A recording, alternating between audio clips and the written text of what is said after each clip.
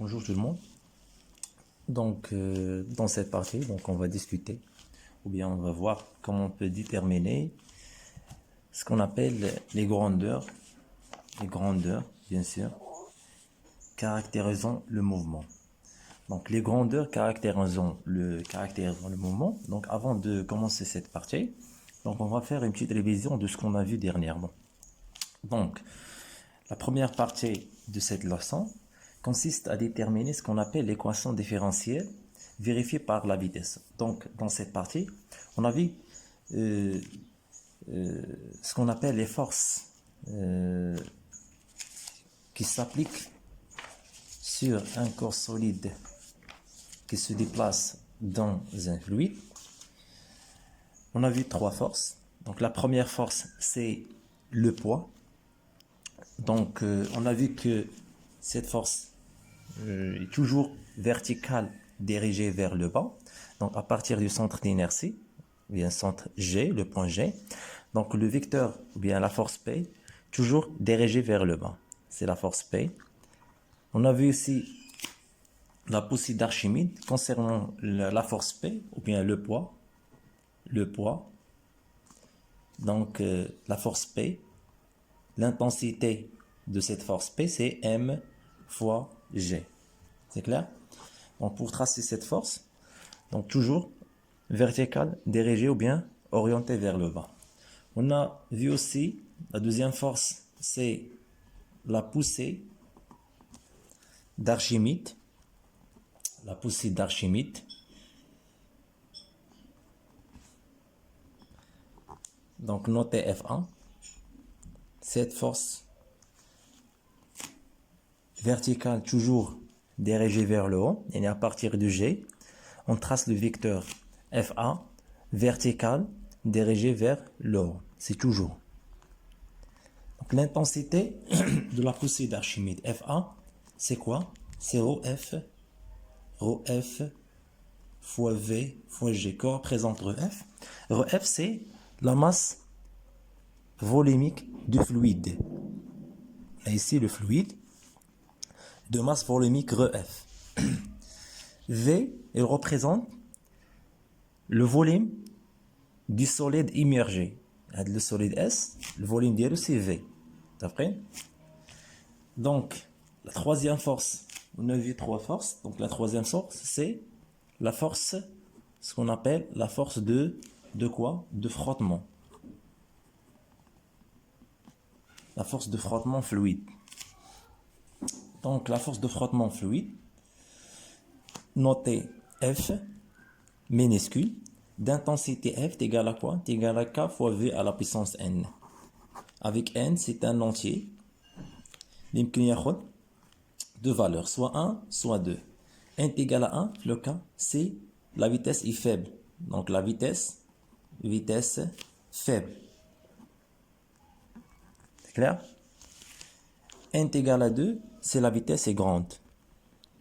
La vitesse est grande. K, c'est un coefficient qui dépend de deux choses, la nature du fluide et aussi la forme des solides. Donc on a vu trois forces. Donc un corps solide qui se déplace dans un fluide, normalement, on a trois forces. Qu'est-ce qu'on appelle le poids et la poussée d'Archimède et la force de frottement. Concernant la force de frottement, pour représenter cette force, donc selon le sens du mouvement, ou bien le sens de déplacement, c'est le mouvement des solides S est dirigé vers le bas. Dans ce cas, F sera dirigé vers le haut. Donc F, toujours le sens inverse du mouvement. Il est qu'un jism nazil, il est le mouvement vers le bas, donc F va vers le haut. Il est quel jism talé vers le haut, automatiquement F va vers le bas. Et donc, pour représenter F, il faut premièrement déterminer le sens du mouvement. Donc, si le mouvement est dirigé vers le bas, automatiquement F sera dirigé vers le haut. Donc, maintenant, je vais considérer que le mouvement dirigé vers le bas. Dans ce cas, F va vers le haut. À partir de G aussi, vertical dirigé vers le haut. C'est clair. Donc, on a vu dernièrement les forces exercées sur un corps solide qui se déplace dans un fluide. Et on a vu aussi comment on peut déterminer l'équation, ce qu'on appelle l'équation différentielle vérifiée par la vitesse. Donc, pour déterminer l'équation différentielle vérifiée par la vitesse, on doit appliquer la deuxième loi de Newton. On a vu comment on peut appliquer cette loi. Il y a aussi des étapes à suivre. Donc, premièrement, on doit déterminer le système étudié. Deuxièmement, le bilan des forces. On doit choisir aussi l'axe ou bien le repère pour étudier le mouvement. Et troisièmement, on applique la deuxième loi et après, on fait la projection pour déterminer l'équation différentielle vérifiée par la vitesse. Donc, on a vu comment on peut déterminer cette équation. Donc, l'équation qu'on a trouvée, donc la dérivée de v est égale a moins b fois v à la puissance n. Donc, cette équation représente l'équation différentielle vérifiée par la vitesse. Donc, avec a, on a vu l'expression de a. A, c'est g, facteur de quoi? G, je pense, g facteur de 1 moins ρf fois v sur m. Et b, l'expression de b, c'est k sur m. Donc, l'expression qu'on a démontrée dernièrement, il représente l'équation différentielle vérifiée par la vitesse. Donc, je pense que c'est la première partie. On a l'équation différentielle. Donc, on va continuer normalement. La deuxième partie, elle consiste à quoi? Elle consiste à déterminer, la deuxième partie, elle consiste à déterminer ce qu'on appelle, deuxième partie, consiste à déterminer les grandeurs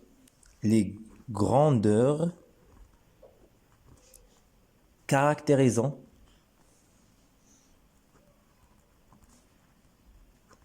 le mouvement. C'est clair? Donc, on va discuter les grandeurs caractérisant le mouvement. Donc, selon l'équation, je pense que c'est clair, selon l'équation différentielle, selon l'équation différentielle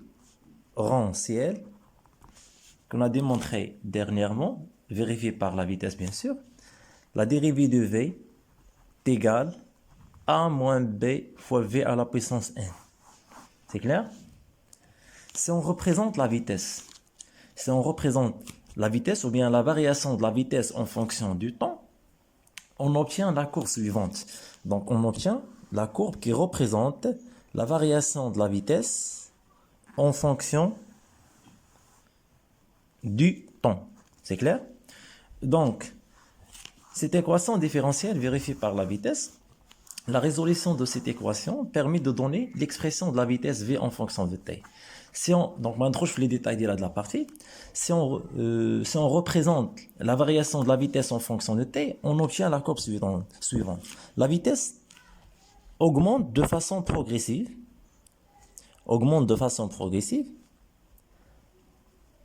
Et après, il devient constante.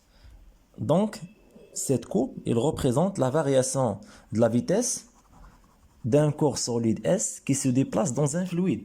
Donc, avec le solide qui se déplace dans un fluide, la vitesse d'IL, comment il varie en fonction de T.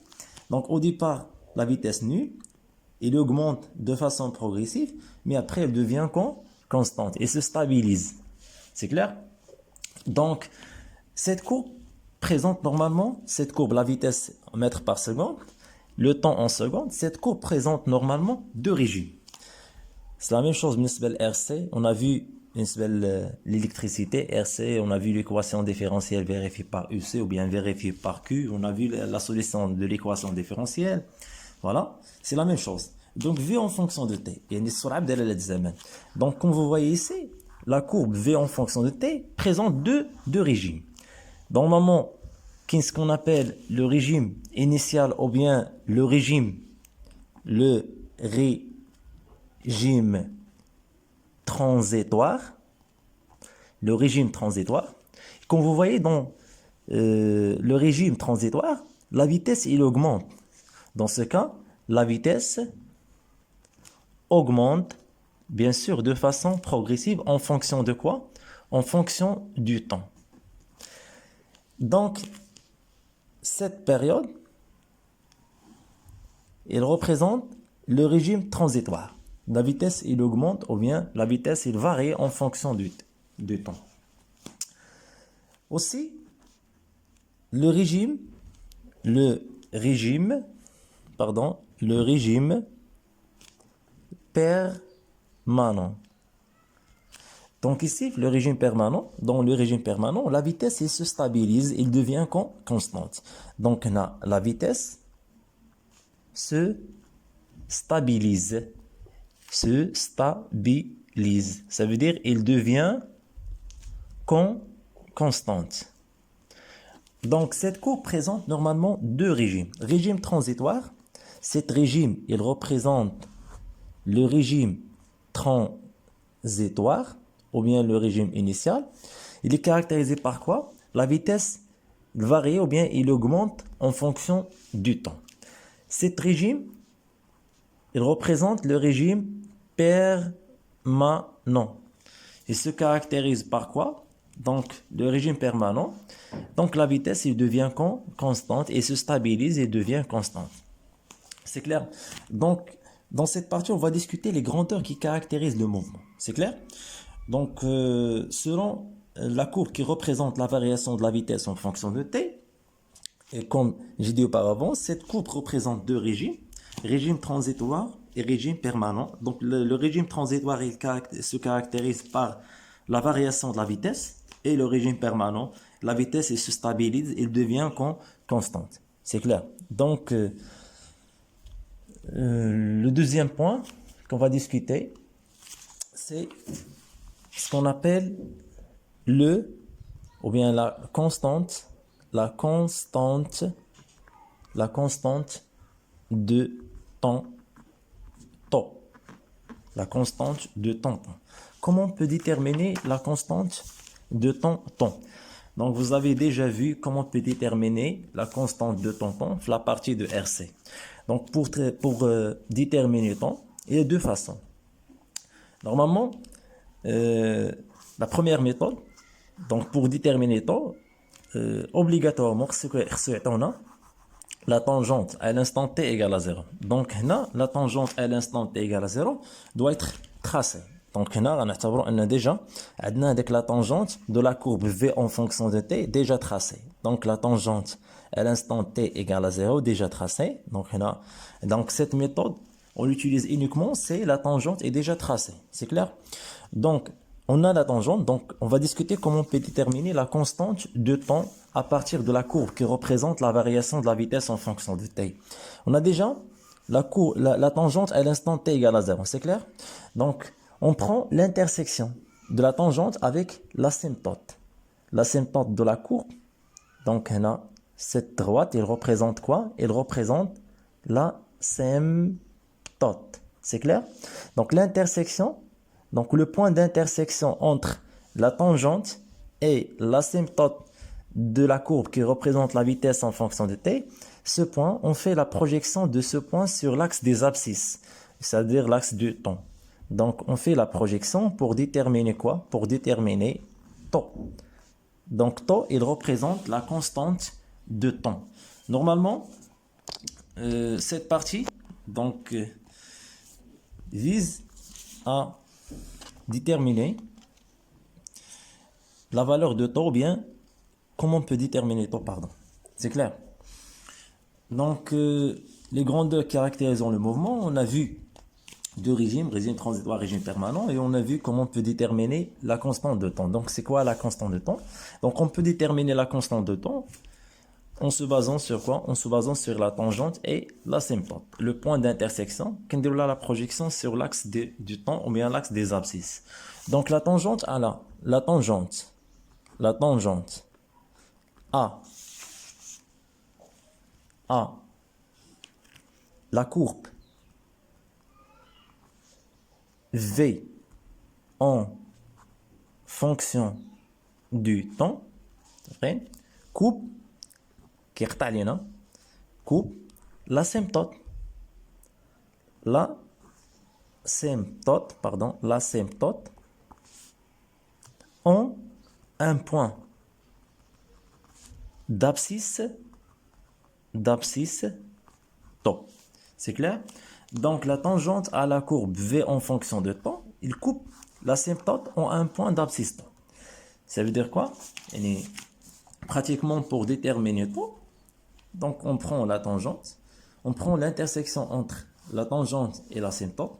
Ce point, je vais dire la projection sur l'axe de tau. C'est clair? Pour déterminer tau, la constante